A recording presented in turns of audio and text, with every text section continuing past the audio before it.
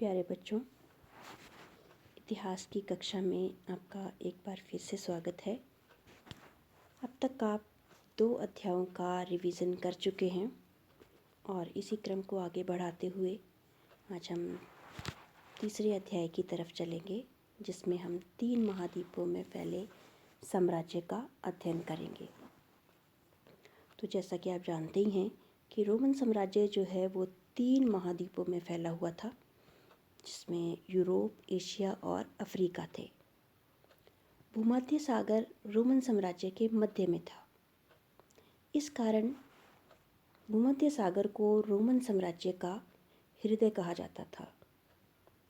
इसके साथ ही रोमन साम्राज्य और ईरान की सीमा को अलग करती थी फरात नदी। उत्तरी सीमा राइन और डैन्यूब नदी द्वारा निर्धारित थी। दक्षिणी सीमा का निर्धारण सहारा के मरुस्थल से किया जाता था। पश्चिम में स्पेन से लेकर पूर्व में सीरिया तक ये रोमन साम्राज्य फैला हुआ था।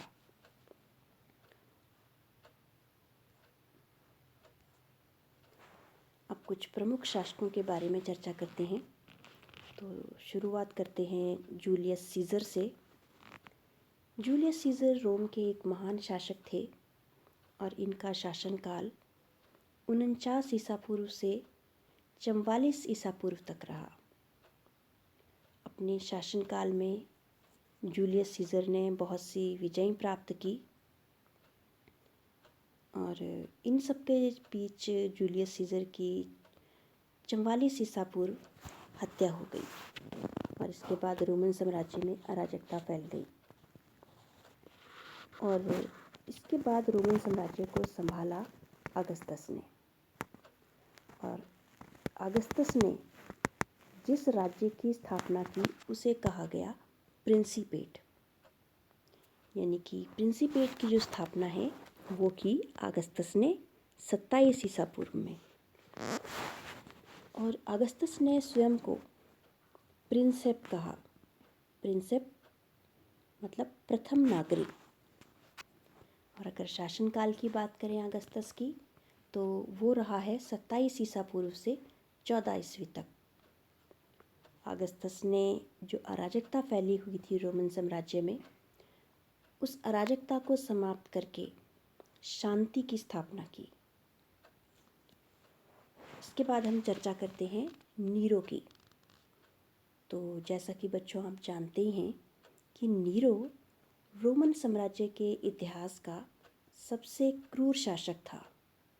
बड़े ही शंकालु स्वभाव का था। और शासनकाल की अगर बात करें तो 54 ईस्वी से 68 ईस्वी तक नीरो ने रोमन साम्राज्य पर शासन किया और अपने अत्याचारों के कारण बहुत ज़्यादा जनता में ये अलोकप्रिय था।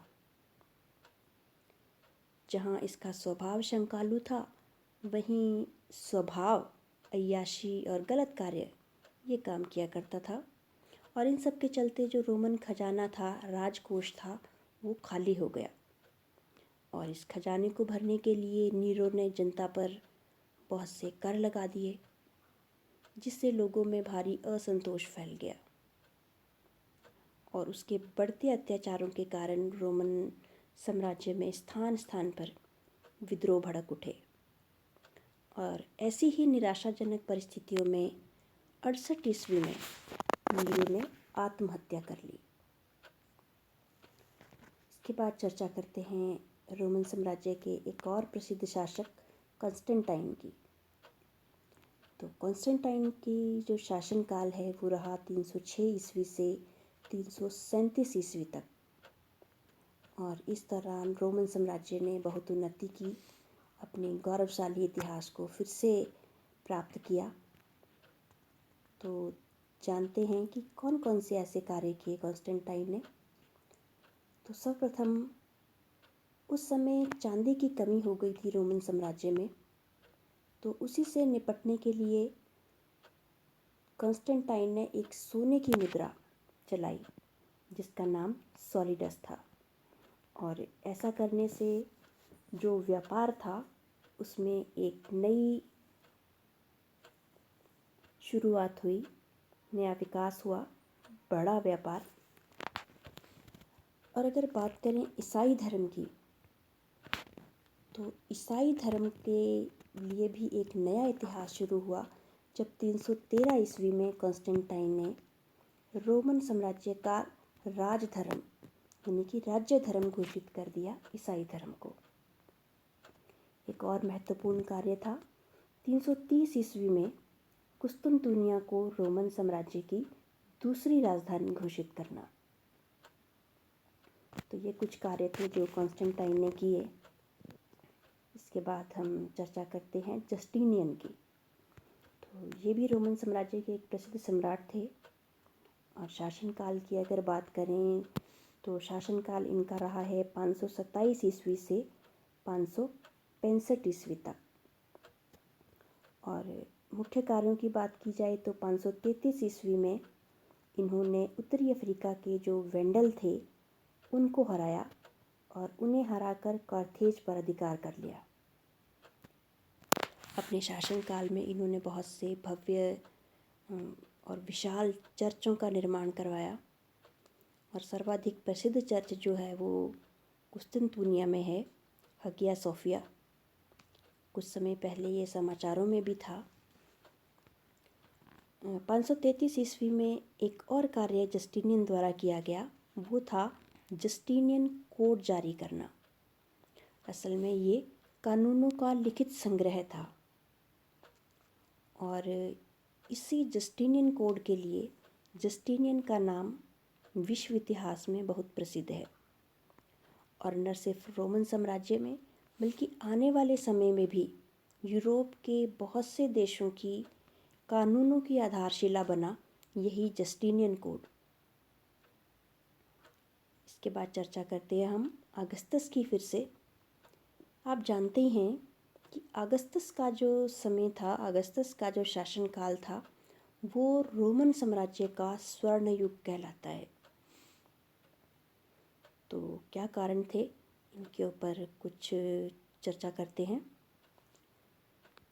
तो जैसा कि आप जानते ही हैं कि अगस्तस ने रोमन साम्राज्य पर 27 ईसा पूर्व से 14 ईस्वी तक शासन किया था और इस दौरान जो रोमन साम्राज्य में अराजकता फैली हुई थी जूलियस सीजर की मृत्यु के बाद में, उसको दूर कर शांति की स्थापना की। साथ साथ ही सेनेट के साथ मैत्रीपूर्ण संबंध स्थापित किए। ये सब कुछ ये बताता है कि भाई अगस्तस जो थे वो एक बुद्धिमान राजनीतिज्ञ थे। यद्यपि राज्य की जो शक्तियाँ थी वो उन्हीं के हाथ में थी, लेकिन कभी भी अगस्तस ने खुद को निरंकुश शासक घोषित नहीं किया और वो अपने आप को सिर्फ प्रिंसेप ही कहा करते थे, यानी कि प्रथम नागरिक। और ऐसा वो सेनेट के प्रति सम्मान के लिए किया करते थे। साथ साथ ही इन्होंने सैन्य सुधार किए, शक्तिशाली सेना का निर्माण किया और सेना को आधुनिक शस्त्रों से लैस किया। प्रांतीय प्रशासन था, वहाँ भी इन्होंने उल्लेखनीय सुधार किए। जो भ्रष्टाचार फैला हुआ था उसको दूर किया, भ्रष्ट अधिकारियों को हटाया, उसकी जगह ईमानदार अधिकारियों की नियुक्ति की और समय समय पर इसकी जानकारी भी वो लेते थे। इसके साथ ही किसी भी देश की मजबूती के लिए उसकी अर्थव्यवस्था जो है वो मजबूत होनी चाहिए। तो इस दिशा में भी अगस्तस ने बहुत से कार्य किए, जिसके चलते अर्थव्यवस्था जो है बहुत ज़्यादा मजबूत हो गई। इन सब के बीच कला और साहित्य पर भी बहुत ध्यान दिया अगस्तस ने। अगस्तस के समय बहुत से विश्व प्रसिद्ध साहित्यकार रहे जिनको संरक्षण अगस्तस ने दिया। तो इस क्षेत्र में भी बहुत विकास हुआ। इसके बाद चर्चा करते हैं हम रोमन साम्राज्य में तीसरी शताब्दी में आए संकट की। तीसरी शताब्दी में रोमन साम्राज्य कुछ डगमगाने लगा था। कुछ एक कारणों के बारे में हम रिवाइज करते हैं इन कारणों को। तो सबसे पहला कारण था इस शताब्दी में, यानी कि तीसरी शताब्दी में जो राजनीतिक स्थिति थी रोमन साम्राज्य की, वो बहुत खराब हो गई थी। इसका अंदाज़ा इस बात से लगाया जा सकता है कि 47 वर्षों के दौरान 25 शासक सिंहासन पर बैठे और इसके लिए गृह युद्ध हो जाया करते थे, जिनके चलते राज्य में अराजकता फैल गई थी। और इसी अराजकता फैलने के कारण जो कृषि, उद्योग और व्यापार को बहुत गहरा आघात पहुंचा। इसके चलते महंगाई बढ़ गई, और जब महंगाई बढ़ गई तो लोगों में असंतोष उत्पन्न हुआ। इसके साथ अराजकता जो फैली हुई थी रोमन साम्राज्य में, उसका लाभ उठाते हुए बहुत से प्रांतों के गवर्नरों ने अपनी स्वतंत्रता की घोषणा कर दी, और इससे निपटना शासकों के लिए बड़ा मुश्किल हुआ करता था, लेकिन सफल रहे वो कुछ हद तक। और एक प्राकृतिक विपदाएं भी इस शताब्दी में आई, जैसे कि भयानक अकाल भी पड़े और प्लेग जैसी महामारी फैल गई, और इससे बड़ी संख्या के अंदर लोगों की मृत्यु हो गई। और इसी दौरान यानी कि तीसरी शताब्दी में जर्मन मूल की कुछ जनजातियों ने रोमन साम्राज्य पर आक्रमण करने शुरू कर दिए। ऐसा उन्होंने लूट मार के उद्देश्य से किया था, लेकिन इन सब से रोमन साम्राज्य की एकता, रोमन साम्राज्य के नागरिकों को बहुत कष्ट हुए। इसके बाद हम चर्चा करते हैं रोमन साम्राज्य के पतन के बारे में। तो जैसा कि आप जानते ही हैं बच्चों कि छठी शताब्दी में यानी छठी शताब्दी के अंत में रोमन साम्राज्य का पतन हो गया था। और जिस प्रकार रोमन साम्राज्य का निर्माण एक दिन में नहीं हुआ था, उसी प्रकार रोमन साम्राज्य के पतन का भी कोई एक कारण नहीं था, बहुत से कारण थे। कुछ मुख्य कारणों पर नज़र डालते हैं। तो सबसे मुख्य कारण था रोमन साम्राज्य की विशालता, यानी कि बहुत बड़ा साम्राज्य था ये, आप जानते ही हैं 3 महाद्वीपों में फैला हुआ था। और उस समय परिवहन के साधन, संचार के साधन इतने विकसित नहीं थे, तो कई बार जो सीमांत क्षेत्र हुआ करते थे, सीमा पर जो क्षेत्र थे, वो अपनी स्वतंत्रता की घोषणा कर दिया करते थे, और इससे रोमन साम्राज्य की एकता को धक्का पहुंचता था। इसी के साथ रोमन शासकों की जो साम्राज्यवादी नीति है, उससे भी गहरा आघात पहुंचा। जब भी कोई नया शासक बनता तो वो सीमा बढ़ाने के उद्देश्य से, अपने क्षेत्र को बढ़ाने के उद्देश्य से पड़ोसी देशों पर आक्रमण कर दिया करते थे। तो इस कारण जो पड़ोसी देश थे वो भी इनके खिलाफ हो जाया करते थे, और अल्टीमेटली अंत में ये जो नीति है ये रोमन शासकों के लिए घातक सिद्ध हुई। उसके अलावा रोमन शासकों की विलासिता, यानी कि जो बहुत से रोमन शासक थे वो सिर्फ अपने भोग विलास पर ही ध्यान दिया करते थे, जनता से उन्हें कोई वास्ता नहीं था। इसके चलते भी जनता जो है ऐसे शासकों के विरोध में हो गई थी, जो कि पतन का एक कारण बना। एक कारण और था उत्तराधिकार कानून का अभाव, मतलब कि राजा की मृत्यु के बाद अगला राजा कौन होगा। जब भी किसी राजा की मृत्यु होती थी तो जो उनके उत्तराधिकारी थे उन सब में आपस में युद्ध हो जाया करता था, और इस युद्ध से अराजकता फैल जाया करती थी साम्राज्य के अंदर, जिसके चलते बहुत हानि हुआ करती थी। रोमन साम्राज्य में दास प्रथा का भी बहुत ज़्यादा कहीं कि चलन था, और दासों पर बड़े अमानवीय अत्याचार किए जाते थे। और जैसे ही दासों को मौका मिलता था, और ये मौका उन्हें तब मिलता था जब कोई दुश्मन आक्रमण कर देता था, तो ये दास दुश्मन के साथ मिल जाया करते थे।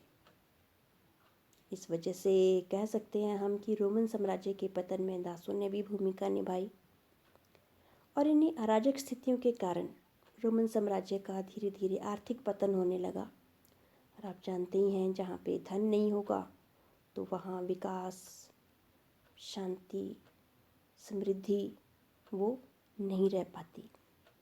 तो इन कुछ कारणों के चलते, कुछ क्या बहुत से कारण हैं, कुछ मुख्य कारण थे ये जिनके बारे में हमने चर्चा की, जिनके चलते रोमन साम्राज्य का पतन हो गया। आज के खंड में इतना ही। इस वीडियो को देखने के बाद आप साथ दिए गए कार्यपत्रक को हल करेंगे। Have a good day.